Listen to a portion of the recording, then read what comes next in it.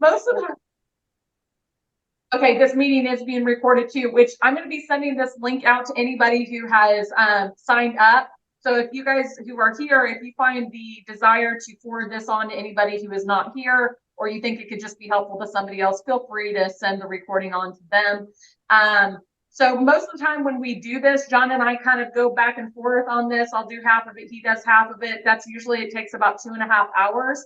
We've really condensed this down today. So that being said, I'm going to go ahead and have John take over. He's going to cover the majority of this.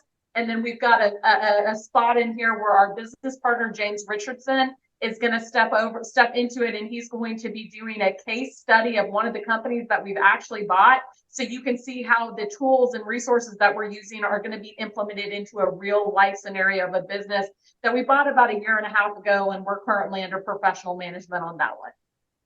Yep. Thank you, Becky. All right. Let me make sure that we get this started. So just to give a little bit of a background about our mindset journey.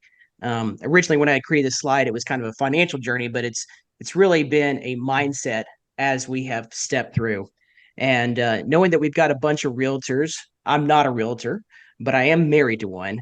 Oh. And I remember when Becky really started making some good money. And I thought that we were just on top of the world. I had a business. She was being successful as a real estate agent. And I remember the day that she booked us a vacation to Paris, France. And we had dinner in the Eiffel Tower. And it was a time where I basically ate by myself. Oops, sorry. Basically ate dinner by myself because Becky was on the phone with a client while we were having this magical evening in Paris, France, eating in the Eiffel Tower. And that was the first time that it really kind of sunk in. It's like, maybe this real estate thing has its ups and its, pros and its cons. And one of them is the sheer number of dinners that I've had by myself or evenings that I've spent where she's MIA. And real estate is a great career and has a lot of good things about it. But one of the things that is a little frustrating is that you got to work for your money. You got to be the dancing bear. And some of that boils down to when you're not working, you're not making phone calls, you're not selling homes, and sometimes the income can stop. The next step for us was I was a business owner. I owned a $12 million grading and excavating business, and I worked about 80 hours a week. In my mind, I was a business owner, an entrepreneur, and I was just crazy busy, was tied to the office. I had to be the first one there, and I had to be the last one to leave. And although we made good money, it's not necessarily the way you want to live your life. And so I kind of have two different analogies there. I got Becky as the self-employed high earner and me as the business owner that is basically married to his business and not to his wife or family. August the 27th of 2021 was a hard day for me. Best day of my life and worst day of my life. And that boils down to the fact that I decided to break up with my business partner and sell my interest in the business. So when that happened, it was kind of a tipping point for me. I had a little bit of a liquidation event, not enough for me to retire. And a lot of people were like, well, what are you going to do now? Like, what's next for you? Are you going to start another company? And I knew that answer was no, because I didn't have the energy and the passion or the time to go through starting back with employee number one and grow my business. And one of the questions that me and Becky discussed was like, number one, how do I continue to make good money? Number two is how do I not get tied down to a specific location, office that I have to show up every day, and employees that I have to manage and maintain every single day, because that's basically what I was doing when I was a business owner. And so, of all things, I took some courses on how to buy small businesses. Instead of starting a business, why don't you buy an existing business as an investment and scale it from there and let that be your pathway to financial success. And so for us, that's what we're going to be talking about today is what did I learn who did I partner with, what type of deals that we've done, how we've done it, and hopefully answer some questions that y'all might have that says, if you're looking for an opportunity to say, hey, I'm making a good income as a realtor and I got some real estate investments. If I wanted to pivot into what I believe to be the best asset class that you can be investing in, this is kind of the start of that journey. And the whole intention here is to be passive investors. Now, some of y'all might be familiar with Robert Kiyosaki. He's famous for creating the 4 quadrants of earning and income. And typically it starts with the very bottom being a W-2 employee. The second thing that it kind of the second step is a self-employed, where you're either a 1099 contractor, you're either a subcontractor, a salesperson that is getting paid as a 1099, or basically you own your own job as self-employed. Third step is a business owner, which is kind of where I was at. And then the last is being just an investor. And the difference between, and obviously everyone has its pros and cons, but when you get to the last level, which is that investment, it's really saying, I want to stop working for my money and I want to make my money work for me. And so that's really kind of the name of the game. Becky, any questions in the comments so far as I'm moving on? And I did forget to mention to you all, if you guys have questions along the way, go ahead and put those over in the chat box. John will be stopping periodically to see if anybody's got anything. Hopefully we'll be able to answer most of them just through the content that we're covering, but we are saving 15 minutes at the end for some Q&A. So feel free to drop any questions that you have in the chat. Yep. Obviously we asked a few people, what are they doing for their investments? There's a lot of options out there for if you have money and you wanted to send your money to go work for you, what are you going to do? And so I got a lot of this information off of some different publications. These numbers are not exact because you ask one publication, they're going to give you a different number slightly, but this should get us in the ballpark. And basically, if you were to invest in mutual funds, most of the 28-year averages shows that an average return on mutual funds, cash on cash, is going to be about 6%. And most of those mutual funds obviously are investing in S&P 500 stocks. And the stock market historically, over a long scale, has done about 10%. Now, mutual funds are investing in the same thing, but that's where you get the management fee that they kind of slowly chip away at. Most employees, they're investing in their 401k, and that's their number one retirement set aside. But their biggest wealth for the average employee is going to be their home. And as you start looking at these different types of investments, and I know a lot of people said real estate, whether they're buying and flipping, buying and holding and renting it out, doing Airbnbs. Sometimes you can even get into a REIT, a real estate trust.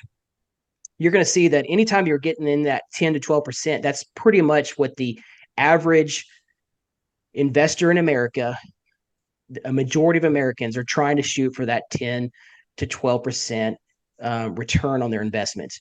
Now, small businesses are a little bit different. And that's why I say it's the best asset class that you can possibly invest in. So that SME stands for small to medium enterprise, which is buying small businesses. These are businesses that are not publicly traded. You're not going to be able to invest in those by buying stock in them the traditional way of calling your stockbroker or getting on E-Trade and buying these. This small to medium-sized businesses represents about 96% of all of American businesses. So there's tons of them out there. And traditionally, now this is private information, and so on average, most people that invest into small businesses, they're getting about a 44% return on their investment compared to that 10 to 12% that you're going to get if you invest in the traditional method in the stock market. Now, one thing I want to mention is I got that infinity symbol there to the right. What that means is that your return on investment can be infinity, And the reason is because what if you were able to buy a business for no money out of pocket? Well, if you put in a calculator starting with zero and divide it by some other number, you're going to get an error code, which means if there's no money out of your pocket, then it's an infinite return. And me and James have done a few of those together. And so we're going to talk a little bit about how, as you're buying businesses, one of the first questions I get asked is, you just bought a $1 million business. They immediately think that you have to have $1 million in cash to buy a business for $1 million. And it's not true. It's just like buying homes. If you wanted to buy $1 million home, do you have to have $1 million in cash to buy $1 million home? And the answer would be no. And sometimes people are buying all cash offers on homes, and sometimes people are putting 5% down, 10%, 20% down. Well, when you're dealing with the private market, you got a lot of options available to you, and we'll talk some more in depth about that. So, as I'm kind of moving on, Becky, anything? You're good. Okay. Um, as we start discussing how you can be involved in small business acquisition, I want you to remember there's a lot of different ways to be involved in this. You can be just like in real estate, you can, find homes for sale and sell them without actually buying them. You're trading paper essentially, trading titles. You can be a broker. You can buy and hold yourself. You can find a home and pull in investors. You can find homes, have somebody else buy it, and you manage it. There's so many creative ways you can be involved in this. So if you're on this webinar, think about what you're good at, what you have. You might have cash and you're looking for ways to invest. You may not have a whole lot of cash, but you know a lot of business owners are really good at finding deals. There's value to that. And so this isn't just about cash. It isn't just about having business knowledge on accounting. It could be sales. It could be helping create deals, finding deals, pulling money together. There's some people that are in this business that all they do is they're good at raising funds. They know a lot of wealthy people. They just collect cash.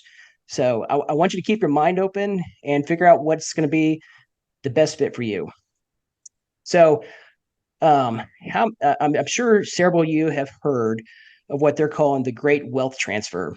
It's kind of a situation that we're in currently in our markets, which is that baby boomers, they own about $84 trillion worth of wealth in the U.S. And if you had to put that all together, that's about 70%. And they're calling it the Great Wealth Transfer because $84 trillion over the next 10 to 20 years is going to transfer to the next generation. And the question is, who is it going to transfer to? Is it going to transfer to the kids? Is it going to transfer to investors? Is it going to transfer to the government? I mean, how are they going to deal with taxes? Baby boomers are, out of all the generations, they own the most amount of small businesses. They own about roughly 13 million businesses currently, and because they own about 41% of them. And what I find interesting is that most baby boomers are past the traditional retirement age. Most people are trying to retire in their 50s to 60s, but almost all baby boomers right now are in that age range of 59 to 77 years old, and they're still working. They still own their business. And that's been what me and James have been told. And obviously the stats are out there to show that. And that's what we have seen in practice, is that you have somebody that started a business in the 70s or 80s. They're a one person shop, and they've grown that business to say 10, $12 million. And they basically are an owner operator. They have that business. It's their baby. They've spent their whole life into it, and they're at the top of it, and they can't walk away from it. A lot of times that's a blind spot for owners, is that they don't think that anybody else can run it but them, because it's been part of their DNA for the majority of their life. And so here at the very end, they don't really have a whole lot of options. If they retire, the business goes down because they are an integral part of that business. They're the ones that are running it. a lot of times their kids are not interested in taking over the business. They want to have nothing to do with it because all they know is that's the reason why I never saw my dad. That's the reason why I didn't go on a whole lot of vacations. It's the reason why they, we didn't do a whole lot of family dinners, or they were never really present. Or kids just want to be involved in other things. They want to be a social media influencer. They want to invest in Bitcoin. So there's a lot of jokes about that, but the younger generation is not interested in business ownership as much as the baby boomers were. And so there's a lot of opportunities here for this. And what this really means is that there's a great wealth transfer, and you can take part of some of these $13 million businesses in America that need to be sold, that need to transfer to somebody else that can run it. And that's where me and James and Becky's passion is that we're able to give that owner some sort of retirement where they're able to capitalize on selling their business. While at the same time, it keeps those employees employed. It keeps those customers being fulfilled and serviced. It keeps the vendors that they're purchasing stuff from, being able to sell products and services to all the B2B businesses that are out there. And it's a great opportunity for us. So not only do me and Becky and James make a lot of money doing this, I also feel like it's something that gives me a lot of happiness, because one of the case study that we're going to share here in a little bit with our company, the owner was about to shut down shop, just close the business down because he didn't have an exit strategy, until he came across me and James, and we were able to work something out with the owner to where now that owner is getting a owner finance deal where they're getting money on a monthly basis for several years, and they're happy to see their business continue to grow. So this is the great wealth transfer is something that's real and something that we experience, and it's something that you can create some opportunities out of. How are we doing, Becky? Good. All right. We're moving right along. So a lot of times when me and Becky sit down and we're talking to people, one of the things is, well, how do you get your first deal? You know what? I want to buy a business. I want to start getting into this market. What are some ways that we could get started? And so I really wanted to create just a simple pipeline here that talks about all the different ways of how, if you wanted to get involved with your first small business, what can you do? And so on the outside here, I've got a couple different ways that you can make your 100 outreaches. So this is just a typical funnel where it basically starts out with 100 outreaches.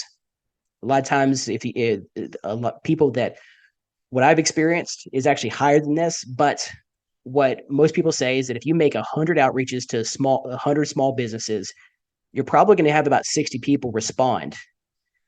And I find that to be true because most of the time when small business owners own a business and you reach out to them and say, hey, would you be interested in selling your business? I'm an investor. Most of the time people are going to be like, yeah, I'm interested. How much are we talking about? It's not like selling life insurance here. The people naturally are going to want to know what their business is worth because it's their biggest retirement. They put their entire life in it. So much of the retirement is staked on it. And so most business owners don't know what their business is worth. And so when you reach out, you're going to get usually a 60% response rate that says, yeah, let's at least, I'm curious, let's have a discussion. And so those 60 responses usually end up in about 10 conversations to where you're actually on the phone or in person going a little bit deeper, because of those 60, maybe some of those are not interesting to you, or some of the people just respond, but they don't necessarily follow up. But of those 60 responses, you get about 10 conversations, and you'll have about 5 opportunities to make an offer on a small business. So if you're on this podcast or this webinar right now and you're interested, just remember, it just takes 100 outreaches to probably buy your first business. So that's not that much when you think about it, especially from real estate. And so some of the ways that you can do this is obviously starting on the left side here, your warm introduction. You can talk to your families and friends and say, hey, do you know anybody that owns a business that might be interested in retiring, or they're burnt out, or they're wanting to sell? And just tap into your warm market. It's what you would do day one if you were in real estate for the first time. You're a real estate agent, let everybody know that you're an investor looking for this. And typically you find what you're looking for. Um, the B2B colleagues, insurance agents, CPAs, attorneys, um, anybody that would service a business, whether it's an IT company that's doing IT subsidizing, it could be cleaners, anybody that deals with businesses on a regular basis probably knows or has relationships with lots of business owners because that's who they serve. And in conversations, it happens often when somebody's wanting to retire or want to sell their business. Usually, they're complaining when a salesperson goes into a business and they're like, hey, they're servicing their client.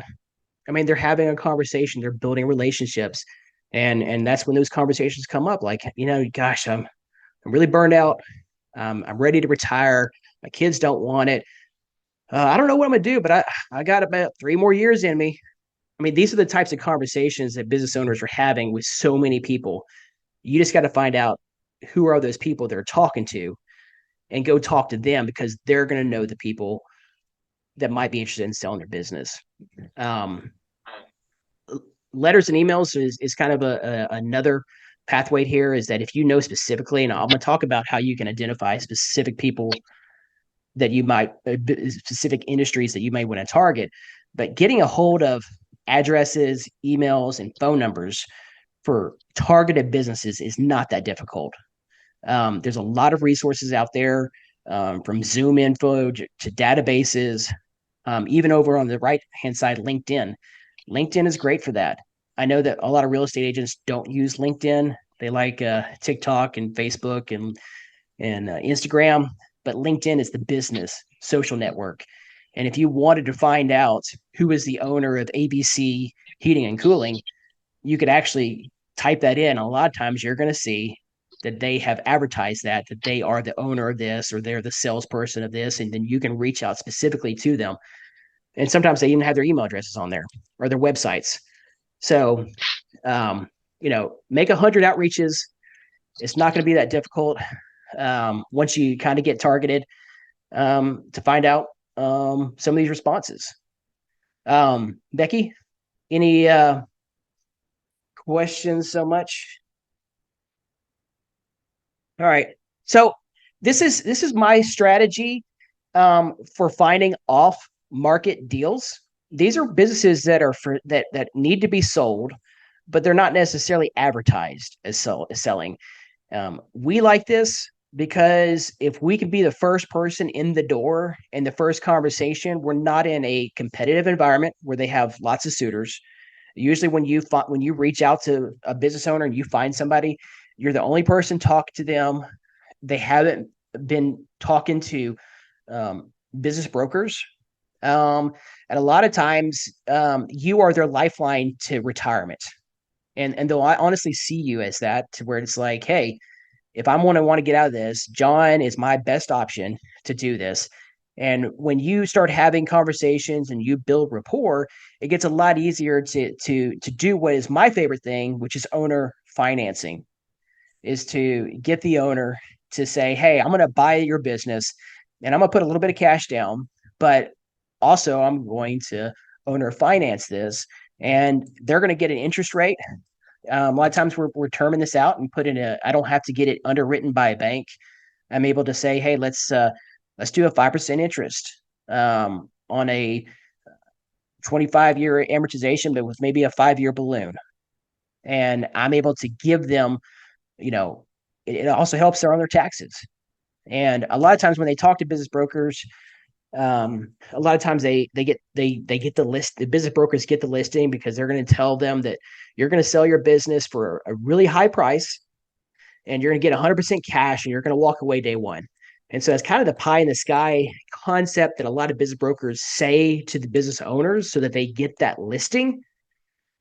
But a lot of times, if you're going to be buying a small business, it's not as good as it sounds to them sometimes from the business broker, because most of these small businesses, they're owner operated, which means the business owner is running the business, and you're not when I have these discussions with business owners, sometimes I have to tell them, I don't really want to buy your job. I want to buy your business.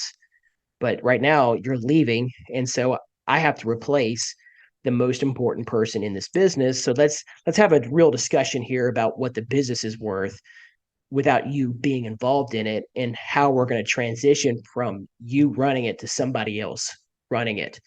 And I don't think that's a lot of times the conversations that business brokers are having with their clients. So that's why we like off market. But probably the largest and most well-known public listing, this is called the MLS for business buying. It's going to be bizbuysell.com. And there's at least 20 others out there that I'm aware of, but this is the biggest one.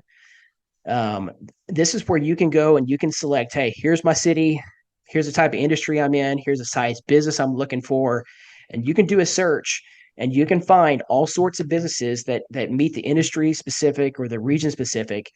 Now, the downside to that is that there's a business broker involved, but sometimes these actually end up being good deals. So I would encourage everybody to jump on Biz Buy Sell.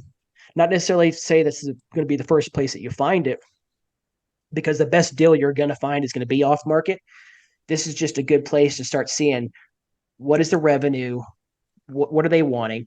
And to be honest, sometimes you can find very good businesses on here, and you can also negotiate. You may think it's too high of a price, or they're wanting too much. You can still, sign an NDA, get in with that owner and that business broker, look at it and say, hey, here's the price I'm going to offer. Here's the terms I'm going to offer. And if they don't have any good offers, you might be the only one. And so that kind of puts you in a place to negotiate. One thing I will say is that even on Biz Buy Sell, and one of the things I forgot to mention is that only 20% of businesses that ever get listed for sale actually sell. And so it's a pretty bad statistic when you think about it, that 80% of the businesses that wanted to sell couldn't sell. And there's a variety of reasons that might be. It could be that they're asking too much. It could be that they could never find a buyer and that they were willing to negotiate down or negotiate some of these terms. But it kind of gives a buyer the opportunity and the power to negotiate. I think that in the business buying industry, it's always a buyer's market. It's almost always a buyer's market, because I believe that there are more businesses that need to be sold than there are buyers that are willing to purchase them.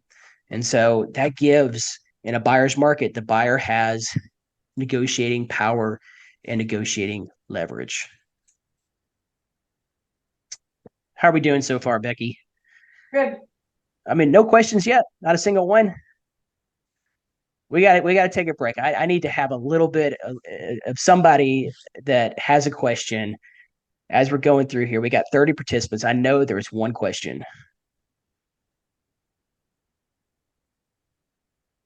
Somebody be brave. All right, you've talked about how to identifying businesses. How do we identify the funders of those businesses?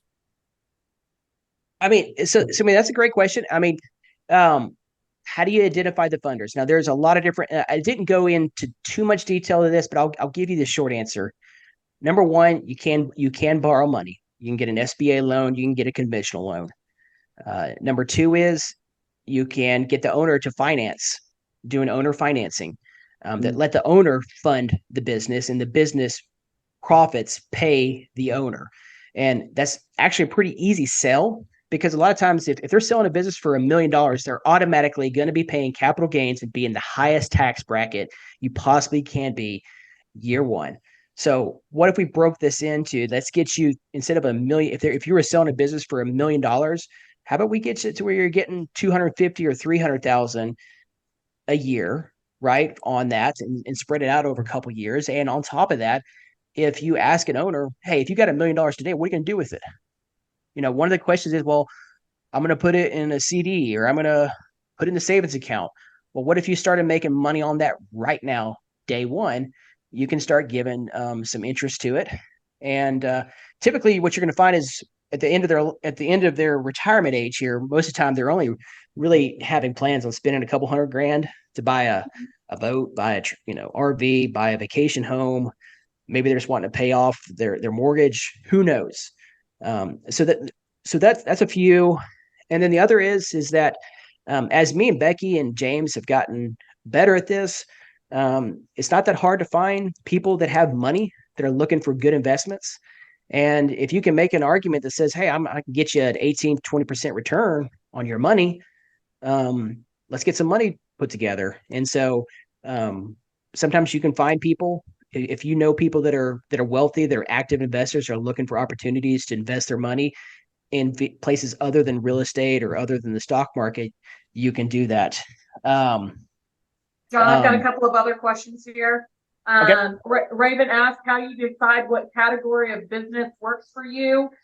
We do have kind of a buy box of things that we look for and in the companies that we look to buy.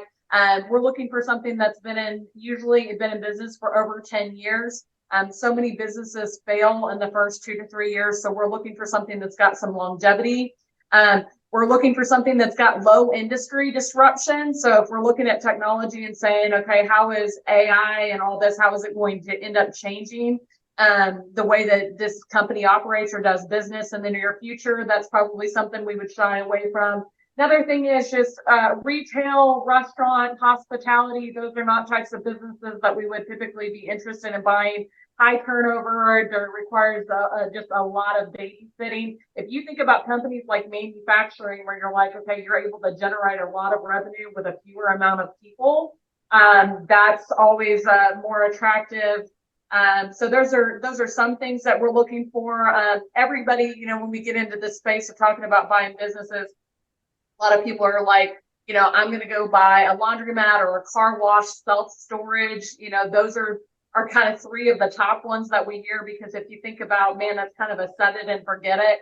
But those are also the ones that are going to be the most expensive, and they're also the ones that are likely going to have the most amount of competition. Ryan, you asked, do you have a category of businesses that you typically look for? Certain industries, kind of answered that. Ashley, you asked how many businesses do we have? So we've just closed on our 6th this week. What kind of businesses do we own? We hang out a lot in the commercial construction space. So we have a commercial retaining wall company, a commercial roofing company, a small trucking company. We have a property management company in Phoenix. We have the newest one that we just bought is a accounting firm. And then we have a manufacturing company that does concrete pavers in Montgomery, Alabama.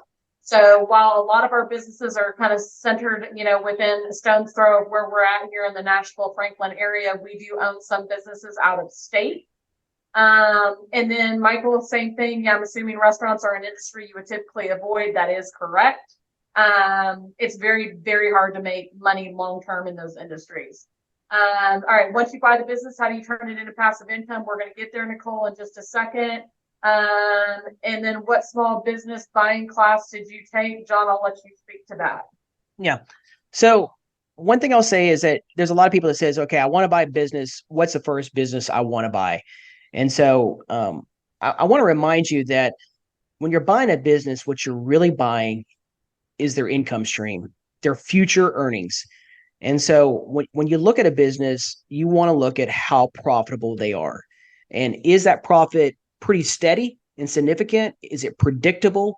And so when you start saying some businesses are better options than others, a business that has a contract service agreements to where they're reoccurring revenue. And I'll use an example like Zoom. We're on Zoom. I have a subscription to Zoom, and Zoom costs me about $20 a month to maintain that subscription. It's a SaaS. It's a software as a service. And so that's a great asset class, because if you look at all the revenue that Zoom makes, it's made up of millions of people that have credit card debits going automatically month after month. And the way you stop that is you have to cancel that credit card. And so that's a very secure business than a business that has to sell every job, win it, and then go hunt and sell another one. And so some businesses are going to be cyclical. Maybe they're great during the winter or bad during the summer or vice versa. They're dependent upon rain. What you really want to do is look at what you're comfortable, what you know.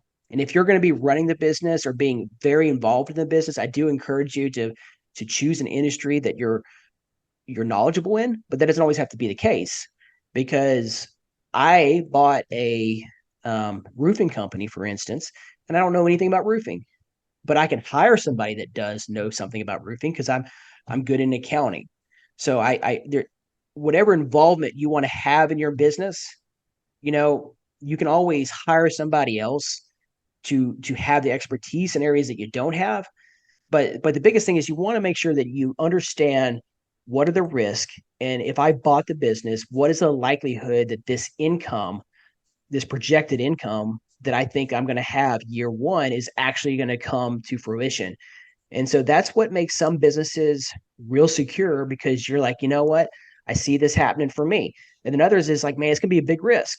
And so the less risk there is, obviously, the more money it's worth, and the more risky it is, the less usually an investor is willing to pay. So, you got to know that. Becky said restaurants. I'm not big on restaurants. Restaurants have a high failure rate. Plus, I'm not a chef, and I don't want to work, every day of the year. So it's not good for me. But if you love food and you're a great cook and you're a great hostess, and you want to be highly involved with that, or you've had several restaurants and you've cracked the code and you know how to make repeat scalable processes I know this is what the menu should look like, then that's great. Then there are plenty of restaurateurs that make great money in an industry that I'm uncomfortable with, but it really boils down to what you're comfortable with. Now, for real estate agents, I've got this acquisition strategy here. You is the real estate agent. So let's put this in practicality. A couple different things you can think about is, what type of businesses could you buy potentially that are in your network of B2B services that you might know something about or even know the owners right now today? And so one thing is, and below is expenses. There's a strategy that says, what are you as a real estate agent spending your money on? You're spending it on marketing. You're spending it on website hosting. You're spending it on printing, transaction coordinators, right? There's all sorts of expenses that you have as a real estate agent. So what if you could turn those expenses that you have into assets, which is, instead of spending money that goes to somebody else, you could actually start spending money on something that goes to you. And it's also something that's very closely associated. So you can look at a few of these options of, man, where am I spending my money? Am I spending it on photography business? Am I spending it on blah, blah, blah? These are things that you could turn into and reach out to. And those might be some of the first conversations you have with the businesses that you're currently spending money with. Another thing, right, is called a bolt-on service. These are things that when you get a listing or you are trying to show clients homes, what are other things when you get that listing, you automatically create spending by the owner. And the owner might be spending money aside from you on other things. They might be spending money, for instance, on a termite letter, a termite company, a pest control, inspection services, a staging service, moving, right? These are all things that are like kind of in parallel to you, but because you're involved, the owner is spending money with somebody else. Well, you can identify who where your customer is spending their money and say, well, let me get some of that money. Let me buy that business. And you start rolling these things into your menu of services. The next strategy is to look upstream. And this is saying, hey, after the homeowner has bought that house or sold that house, they're going to spend money in the future upstream. They might need landscaping services, painting services, renovations, roofing, anything that they might spend in the future. Those are services you could offer to them. or you're constantly getting asked by the homeowner, hey, who do I use for this? Who do I use for that? And you probably have a pretty decent referral network, but these are all people that you have an influence on, that you're trading dollars with or sending dollars to, that you probably know the owners of those. And that might be some of the first places that you can reach out to. Another thing for real estate agents that I think is interesting is that 80% of the stock market, the S&P 500, 80%, if you took all the stock shares that are out there, all the value that's in the stock market, 80% of the stock market's value is intellectual property. It's not even really, it is something that is kind of intangible. And one of the things that is intellectual property is customer list. There are certain investors that I know that will buy a company just to get their customer list, because now they have a marketing machine. These are the customers I want. They have a list of thousands of customers. Let me go get those. Well, existing brokers, real estate agents and brokerage firms, right? A lot of times they're retiring. I know that Becky has met several real estate agents that they're about to retire. And one thing you can do is you can buy their book of business. And some of that just goes to, do you know any real estate agents that are wanting to retire, that are getting tired, that still have people calling them looking for that? How do you create a conversation to where you can almost buy their recurring book of business? And so there's another way to kind of roll up and not just buy other businesses, but expand your own current business. So these are some of the strategies that I want to talk about a little bit for real estate agents. I figure any questions, and I'll let people unmute themselves that might have any questions about this strategy, about possibly identifying opportunities inside your influence region.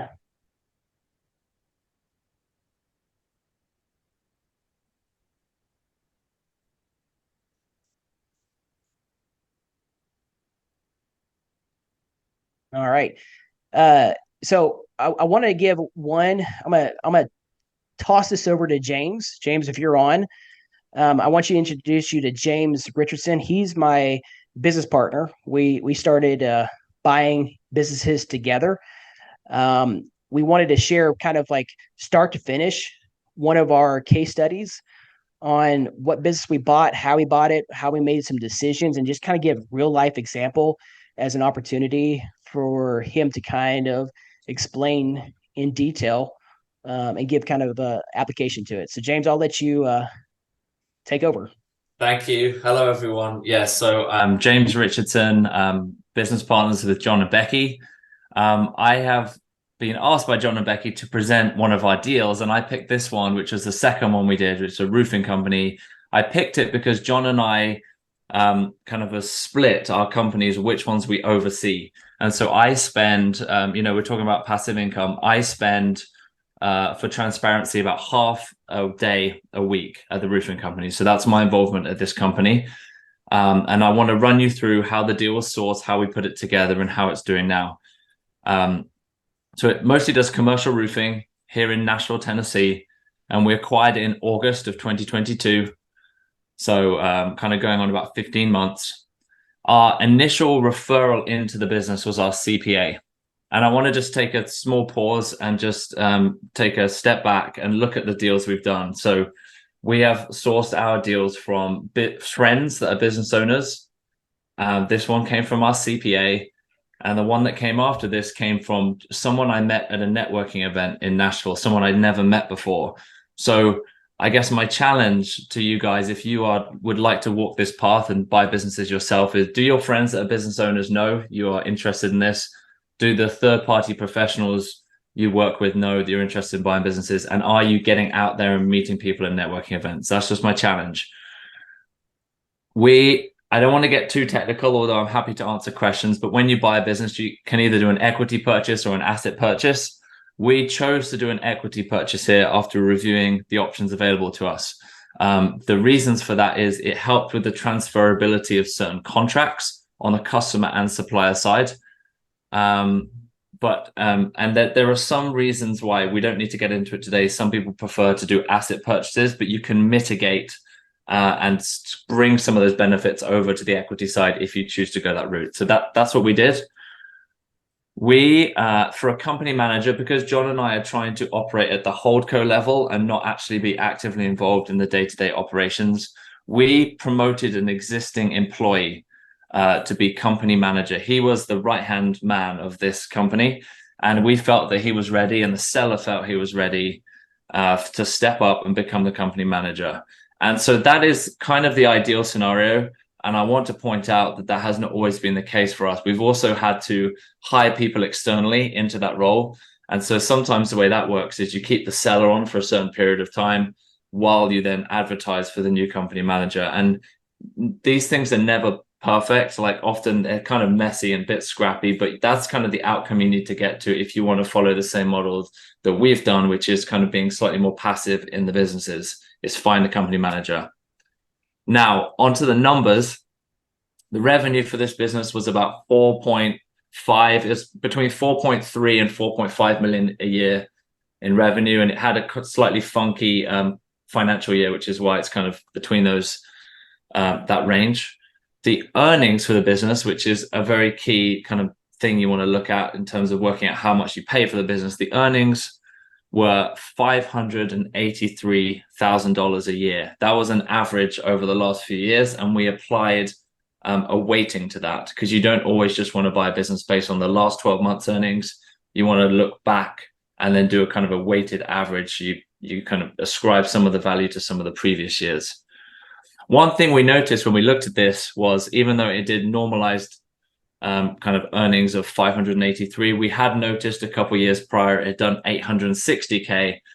And that did fit with the story we were starting to build up as we started to get to know the seller and did some diligence, that this seller had started to kind of trend downwards. And it wasn't because the business was failing. It was because he's been very successful and he was considering just closing the doors and moving on into retirement. And so he hadn't really been that aggressive in winning work in the Nashville area. So we kind of thought, yeah, there may be some upside there. Sometimes that can be a red flag if you see a business and the results are coming down. So like, you've got to, proceed with caution there. In terms of diligence, you identify, you speak to the seller, you kick things back and forth. But ultimately, once you're under the letter of intent, the LOI, it's kind of a non-binding agreement that you will be buying this business and you will be selling this business, and we're going to act in good faith and work together towards a transaction. Well, once you've got the LOI signed, you start something called the diligence phase. And I know you guys are all real estate people, so you get it. But basically, it's longer, I think, when it comes to businesses. Like, you really shouldn't do diligence in less than 30 days. It's typically about 60. And sometimes I guess it can be slightly longer than that. It all depends. But we self-perform the financial diligence. I generally don't recommend that. I recommend you find a good local CPA who can do a basic diligence package. It's worth the money, and then you can bolt on additional kind of areas of concern onto that diligence package from your CPA. We had a local law firm involved as well. Like, you want to do some legal diligence. Those things involve doing background checks on the seller, on the company, look for kind of things that may have been hidden from you, outstanding tax liens, things of that nature. So we had a local law firm, and then we'd learned from a previous mistake. John and I, not perfect. So we've made mistakes on every deal, and our goal is always to make sure the next deal is better. So this was our second deal. In the first deal, we kind of waited to the last minute to think about insurance. And so on this deal, we learned from that, and we got all of the insurance documents over to our insurance agency, who had prepared the new insurance policies ahead of time. So I always consider that in diligence as well. It's the insurance diligence piece. So getting to kind of the numbers of what we paid $1.9 million for the business. And the seller kind of thought, he did receive about 3.2 total, but the additional on top of the 1.9 was excess working capital that he built up over a decade plus. So he was able to take a big draw out of the business. And then we bought the business for the 1.9, and we'd agreed that there would be about $500,000 of working capital remaining in the business for us on day one. Most of that was in accounts receivable, but that's something that it's good to do is kind of agree some working capital peg, what comes over to you on day one. For this business, we put $400,000 down as a down payment. And I want to put an asterisk by this and say the deal before and the deal after we did not put money down for. And so we have done deals where we we bring in money, or we can structure maybe 100% seller financing, but it would be wrong to say that you can always do these deals with no money down. So this deal was actually one that we put the most money down for, which is 400,000, which was about 21% of the total deal. We then layered on 63% of seller financing, which is a $1.2 million note, promissory note, amortized over 15 years, 5% interest with a 5-year balloon, which I feel pretty good about. Doesn't put too much pressure on the company from a free cash flow perspective. And then there's something called an earnout. Again, I don't want to get, unless someone has a specific question on it, it's just a way to kind of de-risk the purchase. An earnout is where you hold some of the purchase price back and you just pay it over time to the seller, just to kind of protect yourself slightly as the buyer. So that was the whole package, $1.9 million. And we've seen it all, I think, over the last year and a half of doing this. We've had some amazing times. We've had some real challenges we've had to work through, but I feel really good about where this business is at right now. We bought it doing $4.5 million a year in revenue. I think this year we're going to do 7 in 2023, and our budget for next year is 8. And it's still hitting the profitability metrics that we've kind of set out we want to hit. So I feel really good about the untapped potential of this business and the future of it. That said, small business ownership is, you just learn so much. And so we've had some staffing wins along the way. I think right now we've got a great team at this company, but we've had some real kind of employee explosions, and John and I are learning all the time. And honestly, I love what I do. I used to have a W-2 in the financial restructuring world. So it was high stress, long hours, lots of travel. And so this, the last year and a half has been awesome. And privileged to come and present to you guys today. And John and Becky, if I missed anything out, please let me know. Thank you. No, I appreciate it. Two things I want to point out on what James said is the contact with my CPA was simply that I had a CPA that serviced me when I had my own business. He did our taxes. So one of the first phone calls I said was, hey, Matt, do you know anybody that owns a business that you do taxes for that are looking to retire sometime in the next couple of years?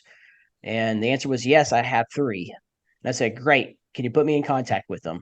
So that was the initial contact to a CPA, because listen, CPAs are kind of consultants to whoever their clients are.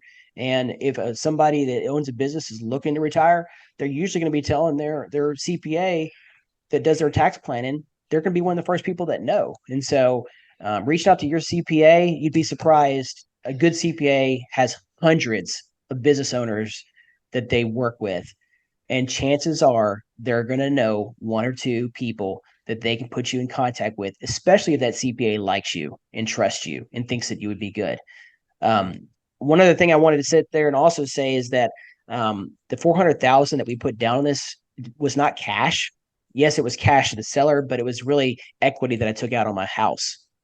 I had a home that had value that was doing me no good. And so I took out a home equity line for that $400,000 to put towards that business. So in some ways it was no cash out of pocket, because my home is still appreciating at the same rate that it was, whether I own 100% of it or own none of it. And so sometimes if you've got several $100,000 of equity in your home, that equity is not really doing you anything. You're not making any money off that equity in your home, because your home is going to appreciate in value whether you own it or not. So, I mean, I challenge people all the time, invest the equity that you have in your home, make some money off the money that you have sitting in a bank account that is your house. And the other thing I want to say, one question real quick. Yeah. So Michael says, in the roofing company at $7 million in revenue, how much money are you taking out of the company each year, or do you plan to reinvest in the business to grow? James, I'll let you take that one. Yeah, I mean, we're taking enough out of the business to live, but I'm focused. I'm playing the long-term game here. The way John and I have structured it is like I'm responsible for how much we can take out of the roofing company. John's responsible for how much we can take out of the other companies. We're ultimately trying to not take out more than we need just to make sure our families are okay. And yeah, it's actually not been. I generally like to plan conservatively for growth, because often when companies grow too quickly, it's when they get in trouble. I used to see that in the turnaround space a lot, but actually it's the growth has been fairly organic in the roofing company. I think there was capacity in some of the people we already had, which has been good. But we continue to kind of be conservative on what we take out in order to fund the growth. I would like to get to the 12 million mark and beyond in this business. Yeah.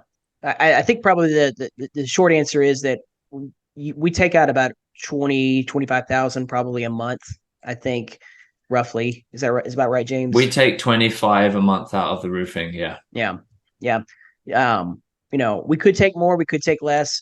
It's not our only business that we own. And like I said, me and James are really wanting to play the long game. I could have, this was, James has brought several deals to the table. I brought some. This was one of my deals. And I'll use this as a point. I could have taken this down by myself without James.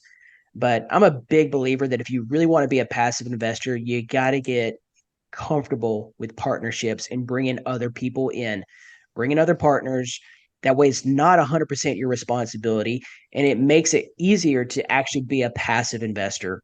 And so, I don't want people to get self-select and say I can't speak the language that James just did here, talking about EBITDA and talking about turnaround restructuring. James has a talent in that field, and so I partnered with him for those talents that he has, plus many others that we don't have time to talk about.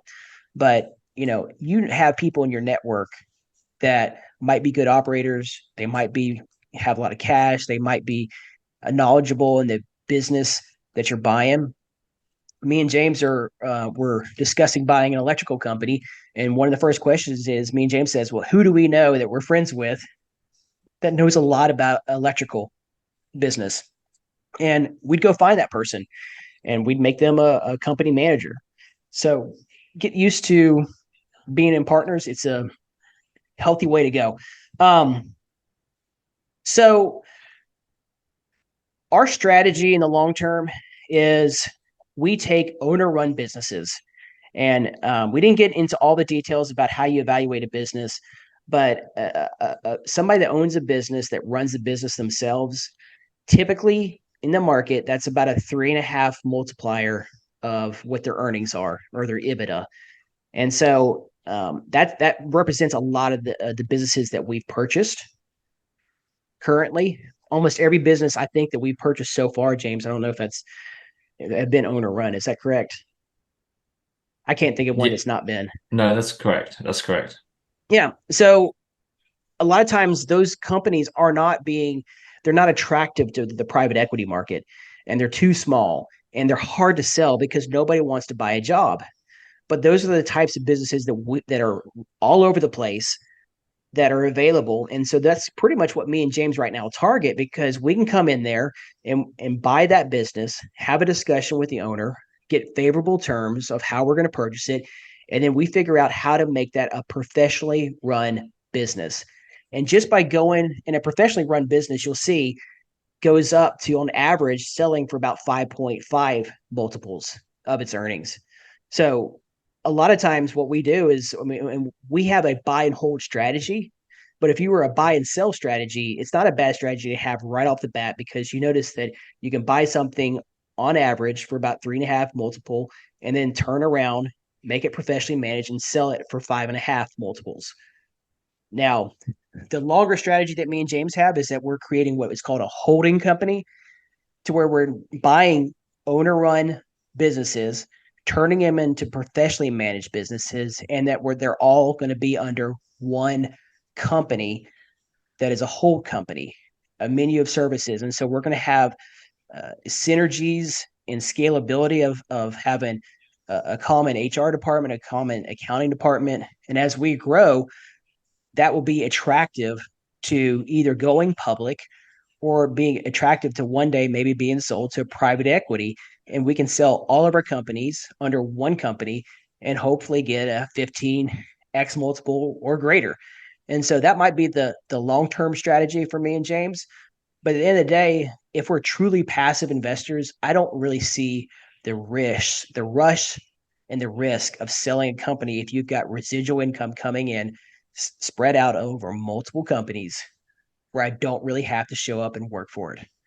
And so that's kind of, and these are numbers that you can see on other different things, but that's pretty much the way it goes. That if you were to buy stocks today in the stock market, if you looked at what they're buying, what they're selling for, they're selling at a 28 multiple.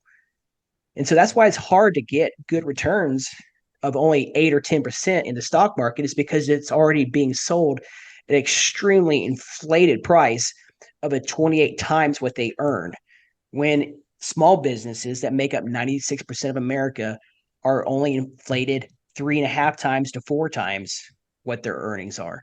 So this just kind of gives you a snapshot of what businesses are comprised of, who's buying them, and kind of how they're evaluated. One thing that we're almost done. We got about, I think, 5 more minutes here before we take questions. Ways to find management. We take the owner run businesses and turn them into professionally manages. And so we have to find management that's not James, that's not me, that's not Becky. And so one thing you can do, and I think that we have honestly, James, done one of each of these, is that sometimes you can partner with somebody. You bring somebody into the business. Hey, I have a business here. We were buying a concrete paver manufacturer, right? And we needed to find somebody to run it. So we found somebody that lived in the area, that was knowledgeable in that industry, that brought money to the table to help us purchase it, but they also run it and get a salary. And so you can partner with somebody that can end up being the management that's running the business. That's not you. Promoting. James talked about that a little bit. We bought that the roofing company, and they had a key person that was in the midst. The owner had always been in the way, making all the decisions, and you had somebody in the background that was just waiting for their opportunity to step up. And so when we were doing our due diligence, me and James recognized that, hey, here's somebody that we think can run the business. The owner thought he could run the business. He was just looking for the right opportunity. And that owner stepping out created that opportunity, and he just got promoted up from secondhand person to president of the company, and they're running it successfully. Another thing is that you can recruit, and recruiting is trying to find somebody that's not going to be an owner, that's not working in the business currently, but you get them from somebody else. You talk to the vendors of the companies. Like if we were, this case, we were talking to on a retaining wall business, we recruited somebody. I talked to the owner. I said, hey, do you know anybody? And the owner found somebody that was a client of our company, that then I went, talked to him, and hired that person that used to be our client, is now running the retaining wall company. And so it's one of the ways you can do it. And the last thing you could possibly do, which we don't recommend, is just to go into the cold market and put a job posting and hire that person. You can put that posting out. You can do it. That's how most companies find managers. And it is something that you can use in your toolbox. So these are 4 different ways to find management that's not you. But of course, if you're passionate about the business, there's no reason why you couldn't be the operator. So that's just a decision. It's just not kind of in our language here about being a passive investor. But you could run the small business yourself. You could let your kids run it. You could let your spouse run it, your friends. You can find somebody. You can partner with somebody. These are all different ways. Now, one of the questions me and Becky have done this several times, where we've had a couple different seminars like this. We get asked quite a bit, how do you do this? We want to learn more. Sometimes we made the mistake of making it a 3 to 4 hour conversation. And then sometimes we made the mistakes of getting too in the weeds. And so we lose a lot of participants. because it's a lot of information that if this is truly something that you're interested in, it's going to be a second and a third and a fourth conversation that you would need to have, because undoubtedly you're going to have a lot of questions. How do I evaluate a company? What do I need to do during due diligence? How do I make an offer? How do I know if this is a good deal? And one of the things is the question I got asked is that I got into this because I took some courses. And so, and I did a lot of self-education. I talked to a lot of people. And like James said, we've made a lot of mistakes. And every time we bought a business, we sit down and say, well, wish we wouldn't have done that. We would have done this different. And so we're constantly learning.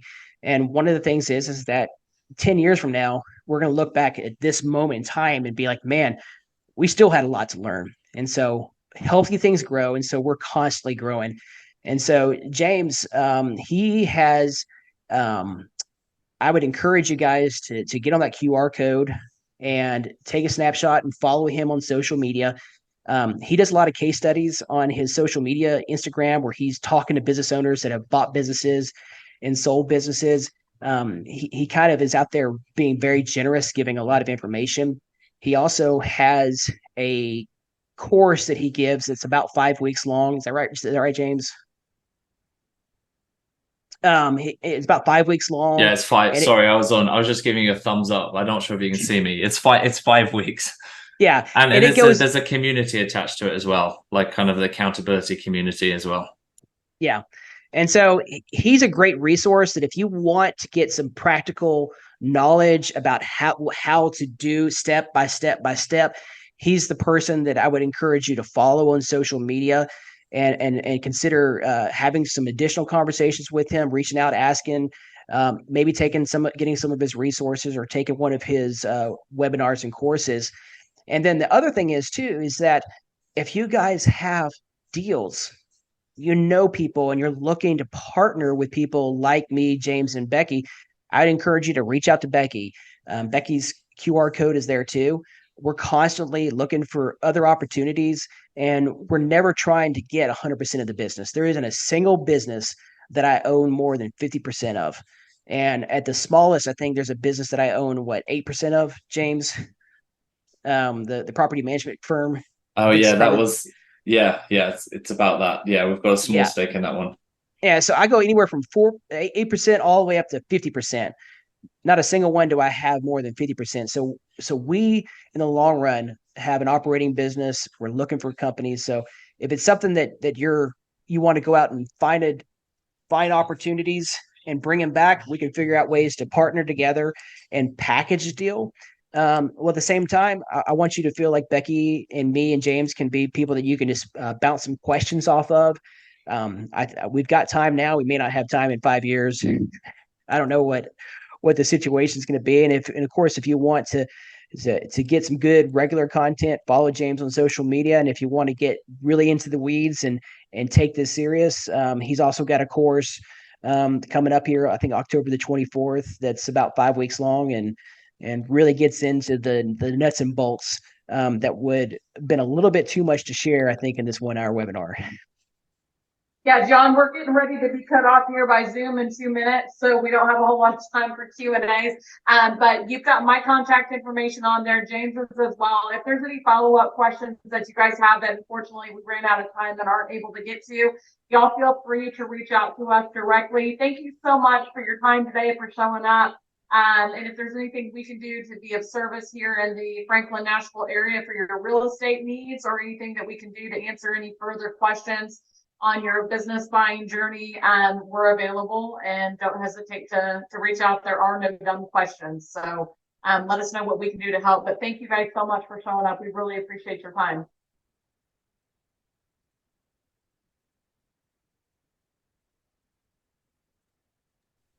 Yes, thank you. I see that we're starting to get people jumping off, but yeah, great thing. And so we'll end it here.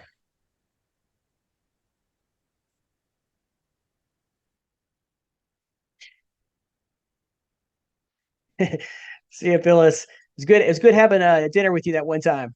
It was. I enjoyed it. Look forward to coming back. We will be right. back. That's right. Well, it'll be our treat this time. Oh, no. Can't make that happen. No. Thanks so much. All right. Thank you. Okay, Take bye care. bye.